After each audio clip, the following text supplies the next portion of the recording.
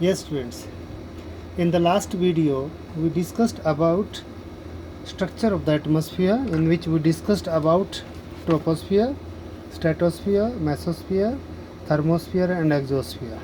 Okay, today we are going to start with the next topic. It's weather and climate. It is very beautifully explained in your book with the line, it is going to rain today. Will it be bright and sunny today? How many times have we heard this from next year's cricket fans speculating the fate of a one-day match? It means that the surrounding conditions are taken care of while we discuss about the weather.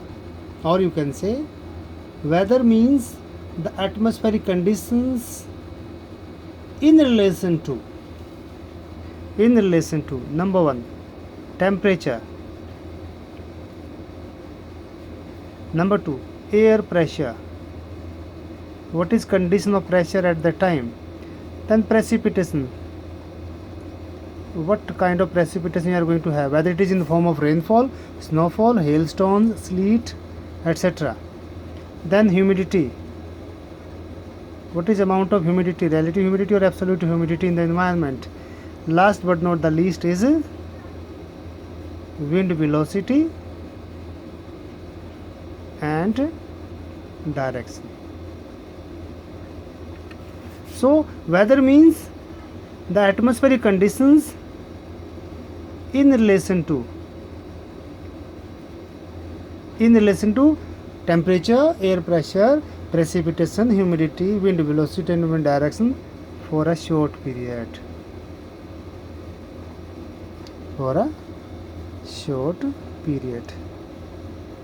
Usually this is 1 hour, 1 day,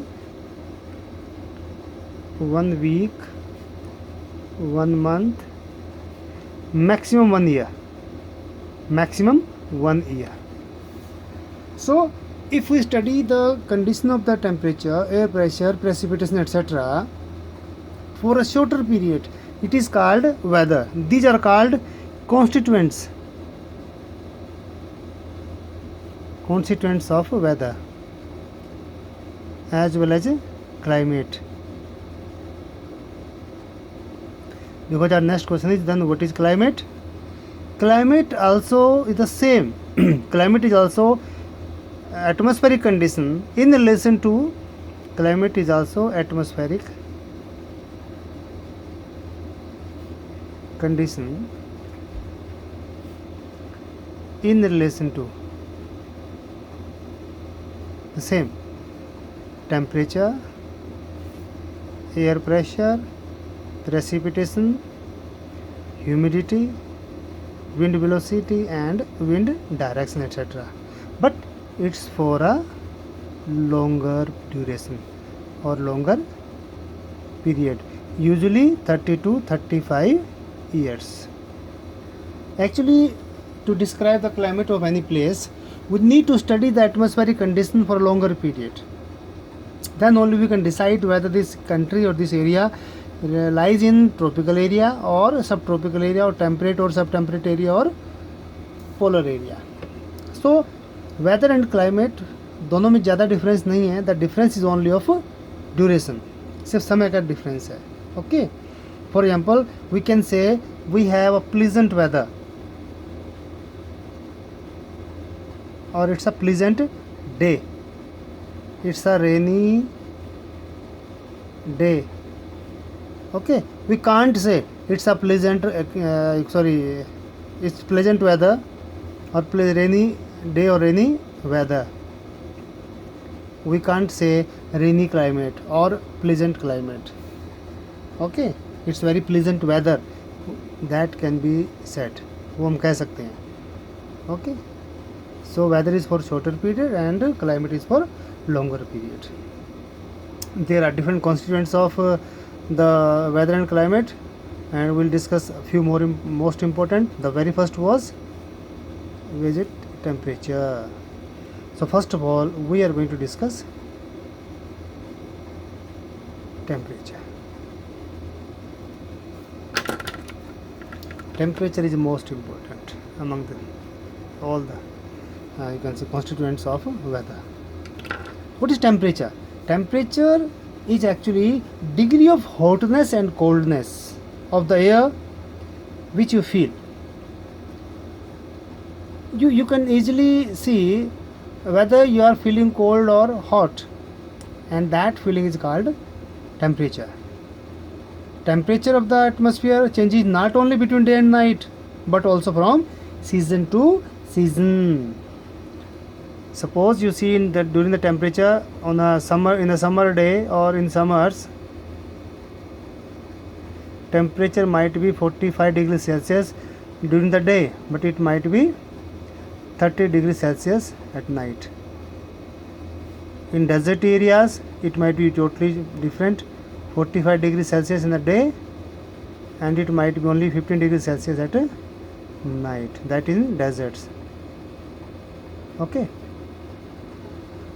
So temperature not only changes from during the day but from season to season. For example, in summers, you see temperature may reach up to 45 degrees Celsius, even 48 degrees Celsius. But in winters,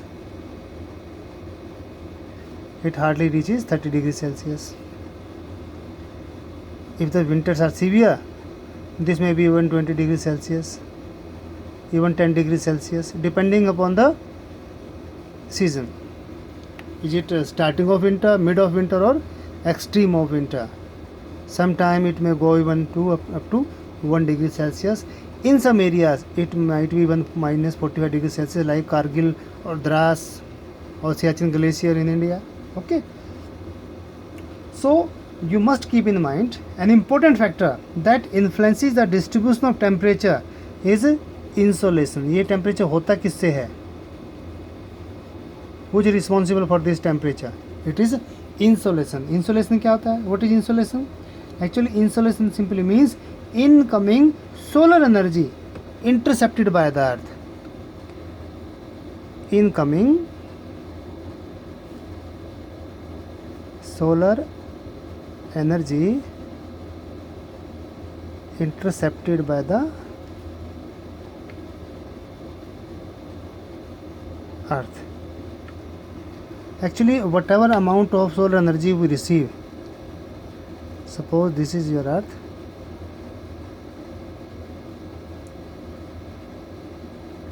and here is the sun. This is sun. So whatever amount of solar energy we receive, the total amount of energy doesn't reach to the earth. Rather, some amount of energy is radiated back by the clouds. Some energy of the sun is radiated back by the ice-capped mountains. Okay. Some energy is radiated back by the dust particles. Some energy is consumed, is absorbed by these dust particles and CO2. And dust particles plus CO2, they absorb the sun energy and help in warming up of the atmosphere. But at night, the same energy, whatever amount of energy is received by the earth, is radiated back. Okay, so zero amount of energy is you can say is trapped on the earth's surface. Rather, whatever amount of energy we receive, the same amount of energy is radiated back, which is called terrestrial radiation. Terrestrial radiation. Okay, so incoming solar radiation, insolation, incoming solar radiation, इसको हम क्या बोलते हैं? Insolation. ठीक है, this is incoming solar radiation, that is outgoing terrestrial radiation. Okay, certain instruments are shown over here in your book. that are helpful in measuring the climatic conditions or weather conditions. These are thermometer, that is used to measure the temperature. Then barometer, it measures the atmospheric pressure. And then rain gauge measures the amount of rainfall. And wind vane also, that shows the wind, direction of the wind. Okay, so these are important you can say instruments or apparatus that is used to forecast the weather of any area. Okay, so you know it very well that as the amount of insolation decreases from the amount of insolation decreases from the equator towards the poles, जैसे जैसे हम equator से poles की तरफ बढ़ते हैं, let me make a diagram of the earth. Okay, this is our equator, ये हमारा इक्वेटर है. And as we move away from the equator, temperature decreases. Okay, because amount of insolation also decreases because of Earth's location. ये हमारा सन है. You see the beam of the sun rays. This is beam of the sun rays. It heats up less area here over here, but the same beam or the same width of the beam will have to heat up more area over here. This much area will have to be heated by the same beam of the sun rays. So you can say it has to heat up more area. That's why the amount of insolation and temperature both decreases as we move away from the equator. This has to be remembered. Okay. Now I hope you understand why the poles are covered with snow, because of less incoming solar radiation. Okay. साथ में ये भी ध्यान रखना चाहिए that if the temperature of the earth rises very high, it would definitely be very warm and we will not be able to grow some crops.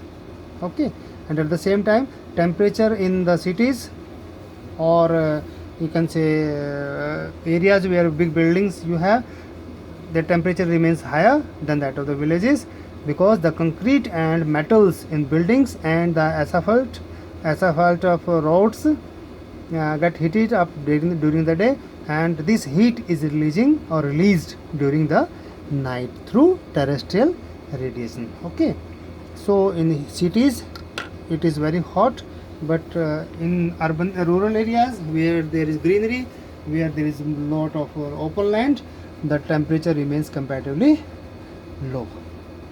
That's why people are, you can say, moving towards villages, especially during this pandemic time, because they know it very well that in the villages there is less heat, they can survive there without ACs and other cooling apparatus or instruments. Also, the crowded high-rise buildings of the cities trap the warm air and thus raise the temperature of the cities. Okay, so usually you can say the temperature is low in the rural areas than that of urban areas. Second important point is air pressure. Air pressure. This diagram is going to be useful again. Okay. Air pressure. Dear students, you know there is inverse relationship between pressure and temperature at mean sea level. Usually जो mean sea level है उस पर समुद्र का जो तट है वहाँ की अगर हम बात करें, there is inverse relationship between temperature and pressure. High temperature always results in low pressure and low temperature always results in high pressure. Okay, this is area of usually high temperature and low pressure. That's why wind always move from equator to poles and from poles to equator. Winds always move from high pressure to low pressure. That has to be kept in mind. And there is inverse relationship between the two. Okay. So air pressure is defined as the pressure exerted by the weight of air on the earth surface. I repeat, the air pressure is defined as the pressure exerted by the weight of air on the earth's surface. As we go up the layers of the atmosphere, the pressure falls rapidly. And the air pressure is highest at sea level and decreases with height. Horizontally, the distribution of air pressure is influenced by temperature of air at a given place, and in areas where temperature is high, the air gets heated and rises. This creates a low pressure area, and low pressure is associated with cloudy skies and wet weather. In the areas having lower temperature, the air is cold, it is therefore heavy, and heavy air sinks and creates a high pressure area. High pressure is associated with clear sky and sunny sky, clear and sunny skies. जहाँ जहाँ high pressure area होता है वहाँ आकाश हमेशा साफ रहता है. You see in summers. Okay, and the air always moves from high pressure area to low pressure area. As you know, things move from from higher altitude to lower altitude, or on the you can say gradient. The things move, or water moves on gradient or slope gradient. In the same way, the wind move or air moves as per the pressure gradient. Okay, so I think the things are clear. I would start again revising from this topic, air pressure, again in the next video. Till then, thank you.